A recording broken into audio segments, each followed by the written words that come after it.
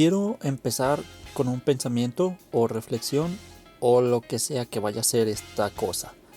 Antes de hacer el video de mi época con la GameCube y esa época en los 2000, tenía que hablar de todo esto. Allí dispensen con todo el respeto.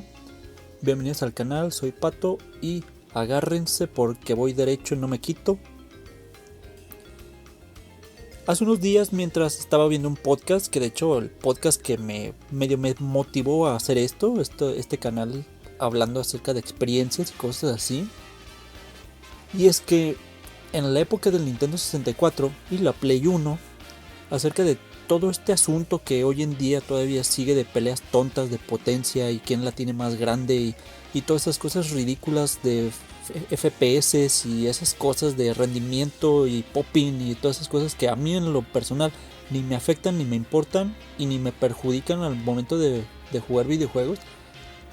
Y es que también lo comento porque pues hay mucha gente que dice que la Nintendo 64 también, igual que la consola que le siguió, fue un fracaso, y yo siempre me llevo las manos a la cabeza y me da migraña al escuchar todas estas tonterías, con todo respeto. Y es que, repito, a mí no me interesa escuchar de números, de ventas, pues para eso que se preocupen las empresas, no yo. O sea, para mí que una consola sea la más vendida no garantiza que sea un éxito. O sea, para la empresa tal vez, pero para mí, o sea, a mí en realidad no me interesa.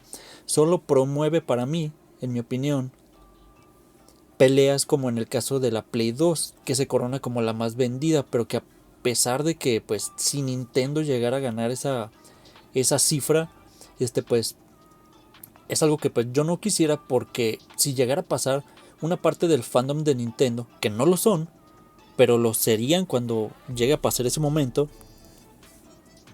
esa parte se va a volver prepotente y grosera contra Sony y PlayStation cuando eso pase, y se lo van a restregar en la cara. Y por eso mismo yo no apoyo ese tipo de cosas. Por mí, que la Play 2 nunca sea superada y pues le encuentren más millones así de la nada. A mí me da igual, o sea, yo no quiero, porque, repito, esas cosas solamente fomentan una pelea ridícula entre la gente, entre los videojugadores. Y para mí, el éxito de una consola pues son las experiencias que tú tuviste jugando, los momentos y todo eso, ya sea porque jugaste un Resident Evil 3 o 2 o 1 o Silent Hill en la Play 1 como yo, ya seas un celdero, hayas jugado Ocarina del Tiempo, Mario Kart, etcétera, como yo, ya sea que hayas jugado un Shenmue en tu Dreamcast o un Sonic Adventures, o ya sea que hayas jugado lo que sea en otra consola. Y justamente a eso va este punto, este video. En la época de Nintendo 64, Nintendo perdió terreno contra la Play 1, mas no necesariamente significa que fuera un fracaso o que la consola perdiera como tal.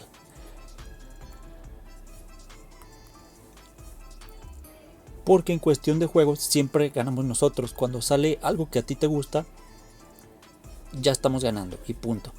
La Nintendo 64 vendió lo que tenía que vender y todo mundo jugó al Ocarina, al Smash, al Mario Kart. Fue una locura, y por lo mismo se me hace raro de repente, super mega ultra pinche raro, que salgan a decir que la Nintendo 64 o la consola que le siguió fueron un fracaso.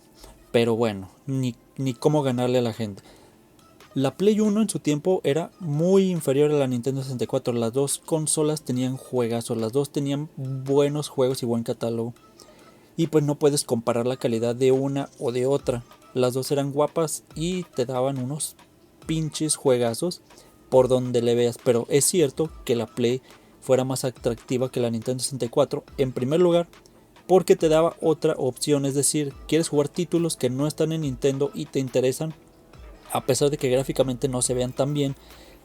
Tenían ideas innovadoras, tenían ideas nuevas, y como videojugador todo suma y todos ganamos, repito. O sea, mientras tengamos nuevos juegos y nuevas ideas, aunque no sean innovadoras, porque realmente no se puede innovar todo el tiempo. En segundo lugar, la Play 1 fue un éxito porque era más barata. Y los juegos, al menos aquí en México, eran súper pirateables y todos sabemos que lamentablemente, al menos aquí en Latinoamérica, hay gran parte de este fandom que fomentan y consumen la piratería, lo que para mí es una falta de respeto a los desarrolladores y creadores y trabajadores, y estas acciones obviamente pueden, gracias a estas personas, a que estudios cierren, porque si se piratea y no se vende, se pueden cerrar o dejar hacer franquicias. Y la gente lo justifica diciendo es que Nintendo o X compañía abusa o es que dan muy caro, olvidando que esto es un lujo muy bonito pero que nadie te obliga a comprar. Siendo así, claramente no es un abuso. Hay mucha gente que no tiene claro o no sabe qué es un abuso al consumidor. Si no consumes, no es un abuso, nadie te está obligando a comprar. Tú por tu propia decisión decides comprar o no un producto o algo. Si te gusta, es una cosa. Si compras algo y está dañado o no sirve, estás en todo tu derecho a reclamar una devolución o ese tipo de cosas. Pero hay mucha gente que no sabe o siguen repitiendo de que Nintendo abusa mucho de sus consumidores. Les voy a poner un ejemplo, creo yo facilito. Sale Mario Kart World, cuesta 2,000 pesos mexicanos. No lo compres, fácil, no abusaron de ti. No más, pues no te diviertes con tus amigos en línea o en familia y ya. Nada fuera del otro mundo, no lo compres. Otro ejemplo, toda la vida te ha costado, voy a poner un ejemplo fácil, el gas a 50 pesos mexicanos. Puede que no lo uses, pero mucha gente lo usa y es útil, indispensable en cada casa. Sin gas, careces de muchas cosas, casi tan indispensable como el agua. Los necesitas. ¿Qué pasaría si de repente el agua o el gas le suben, digamos, de 50 pesos a 300? O el agua de 50 pesos, supongamos que un garrafón del agua cuesta 50 pesos también, que te suben de 50 a 500 pesos. Son necesidades y saben que la gente los ocupa y suben el precio sabiendo que no los puedes pagar, pero los necesitas y saben que te están agarrando del pescuezo y lo vas a terminar comprando, pero ellos saben y allí sí están abusando de ti. O yo siento que es muy diferente. En Nintendo no los necesitas, o sea, no es una prioridad. Y lo digo sabiendo que jugar es una pasión mía y son casi mi vida, pero darles el lugar que se les debe de corresponder. Y no son una prioridad, son un lujo. Y si te lo puedes permitir, bien. Y si no, pues no pasa nada. Pero dejemos de decir que esto es un abuso. El abuso al consumidor se refiere a prácticas comerciales injustas o engañosas que afectan a los derechos de los consumidores. Aquí no me voy a poner el derecho de los consumidores. ¿Qué es un abuso al consumidor? El abuso al consumidor ocurre cuando un proveedor, comercializador o fabricante incurre en prácticas que vulneran los derechos de los consumidores. Incluir publicidad engañosa, cláusulas abusivas o la falta de calidad en los bienes y servicios ofrecidos. Este abuso consiste en engañar o perjudicar a alguien que, por inexperiencia, afecto o descuido, se deje abusar o este tipo de cosas. Y repito, si no compras, no pasa nada. Si compras, no te sientas abusado. Y estas acciones están haciendo que pues pasen estas cosas que voy a decir a continuación. Y es que al menos este es un problema que también yo le veo pues, de parte de Microsoft, porque yo tengo mucho tiempo pensando que Microsoft no es muy de mi agrado por este tipo de cosas. Y es que Xbox actualmente y su sistema de Game Pass creo que es muy peligroso y está perjudicando este ecosistema de videojugadores por su sistema de renta. Y yo repito, lo veo muy peligroso porque hay muchos usuarios que solamente compran una Xbox o un sistema para comprar Game Pass y no compran los juegos. ¿Para qué comprar si están en Game Pass? Y si no están en Game Pass, no lo compran porque es demasiado caro. Pero eso sí, están exigiendo que las cosas estén a 60 frames por segundo, que tengan esto, que tengan lo otro, pero ya cuando te lo dan, no, es que está muy caro. Últimamente se ha vuelto muy loco y muy exigente todo el fandom, y siempre ha sido así, tal vez, pero con el revuelo de las redes sociales y que de cada gente más le están permitiendo entrar al mundo de internet, porque pues no se les puede negar, solamente está revelando cómo está el estado mental de la sociedad gamer en general. Y pues es interesante, pero también es triste ver cada cosa en las redes sociales. En fin, si consumimos puro digital y cero físico, tarde o temprano las compañías van a empezar a limitar el formato físico, que ya medio se está viendo con Microsoft. Y a lo mejor es un ejemplo de por qué los juegos también están más caros actualmente, porque mucha gente solamente quiere comprar en digital con Game Pass y con estas cosas. Y en ofertas, porque si no están en ofertas no compran nada, y eso pues no es una regla. Sé que hay mucha gente que sí compra, pero es un porcentaje de lo que yo he visto en comentarios, redes sociales y así. Y muchos dirán, lo que importa es jugar, y sí, tal vez es cierto, pero también quiero destacar ese factor de pertenencia y de recalcar que si esto pasa, vamos a pasar de tener juegos, de comprarlos, de tenerlos, a solamente rentarlos y nada más. Y pues a esto lleva este tipo de movidas tipo Game Pass y este sistema de renta, y obviamente que no disfruto, y por eso digo y pienso que es un peligro, y nunca he estado a favor de ese sistema de Microsoft del mentado Game Pass. Pero creo que ya me desvié un poquito del tema, o de lo que estaba tratando de querer hablar de la Play 1 y del Nintendo 64. Por unos años, entre el 1996 y 1999, Nintendo y Sony, a pesar, repito, de ser muy dispares en tecnología, tuvieron esta contienda brutal, y todavía no puedo creer, y este es un ejemplo de que la potencia no importa realmente. No puedo creer que una consola de 32 bits tuviera más popularidad que una de 64 y la capacidad que pudiera tener la Nintendo 64, o al menos eso pensaba en su momento. Pero de repente, en ese lapso de tiempo, miré hacia otro lado gracias a un vecino, y es algo que me hace pensar que esto es más increíble de lo que parece. En algún punto del 98 o 97 finales, tal vez, no recuerdo, salió la Sega Dreamcast, que tenía la potencia de 128 bits. La Play 1 tenía 32, la Nintendo 64 obviamente, la Dreamcast tenía 128 en 1998. Y les voy a ser bien honesto, yo me quedé enamorado de Ocarina del Tiempo y Majora's Mask, que Nintendo 64 era lo más impactante que viví y sentí en esos días, gráficamente obviamente. Pero cuando un vecino llegó un día y me enseñó que tenía la Dreamcast y Shenmue y el Sonic Adventures, dije, ¿pero qué es esto?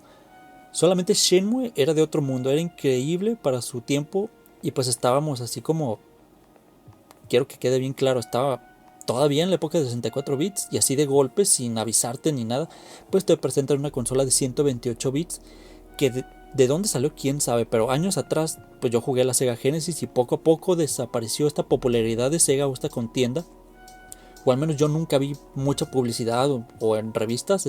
Solamente a lo mejor alguna vez vi una referencia a un anuncio de la Sega Saturno, y nada más. Me pilló desprevenido todo esto de la Dreamcast. Pero sobre todo me entristeció, y vi cómo Sega se fue abajo con la misma en muy poco tiempo. Y justo yo y mis amigos estábamos empezando a terminar Shenmue 2 cuando se anunció que pues Sega no volvería a hacer videojuegos. Un Shenmue 3 sería cancelado por el momento, y pues todo se vino abajo. Yo le tenía muchas ganas a esa consola, la quería comprar, pero pues el sueño pues ya se había terminado, y en muy poquito tiempo. Pero repito, lo que se me hace increíble es que en medio de esta pelea de consolas o fans entre una consola de 32 y 64 bits, realmente la Dreamcast, que tampoco era inaccesible, o sea, estaban $200, tampoco era que fuera muy cara, la Dreamcast pasó de lado, o sea, totalmente desapercibida. O sea, en esta pelea de 32 y 64 bits, la Dreamcast con 128 pasó casi desapercibida, y eso se me hace increíble. Y repito, esto de la potencia es un ejemplo de cómo 32 bits pasó de largo y caminó sobre 64 y 128, aparentemente, o esa fue mi impresión en esos años. Y me parece más increíble que años después una consola como Nintendo Switch, más adelante con menor potencia que las actuales, sea pues atacada por su falta de potencia por los mismos fans que una vez tuvieron en su poder una Play 1 que empezó siendo una consola desfasada, poco potente, pero que tenía muchas ideas y muchas ganas de triunfar, y así lo hizo, o sea, exprimiendo su capacidad para darlo todo, como las últimas consolas de Nintendo. Y pues es un ejemplar de cómo se deben hacer las cosas, pero pues ahora sus fans más tóxicos atacan como si no conocieran el pasado. Un pasado, pues un inicio muy humilde y muy bueno por parte de la PlayStation, y pues así empezó la Play, sin ser un portento gráfico demasiado potente. Y pues ojalá hubiera que dejar ese aspecto técnico y olvidarnos de tanta potencia, y deberíamos enfocarnos en divertirnos, en no estar viendo todo eso de los FPS, del popping, y que si el pasto es falso, o que muchas cosas que realmente no afectan tu experiencia del juego y con todo respeto son mamonencias. Y pues la muerte del Dreamcast fue dura para mí. Fue muy prematura y muy difícil, pero empezó de manera no oficial la era de los 128 bits más adelante con la GameCube. Y digo que no es oficial porque pues años atrás ya la había empezado el Dreamcast, pero pues nadie la peló a la pobrecita y pues la dejaron moricionarse. Y pues eso es todo por este video. En el próximo ahora sí voy a hablar de lo que yo creo sería mi mejor etapa como gamer, que creo que fue la etapa del... Bueno, la etapa final del Nintendo GameCube y de la Nintendo Wii. Y pues yo ya era un adulto medio responsable y con trabajo. O sea, el señorito Pato ya trabajaba.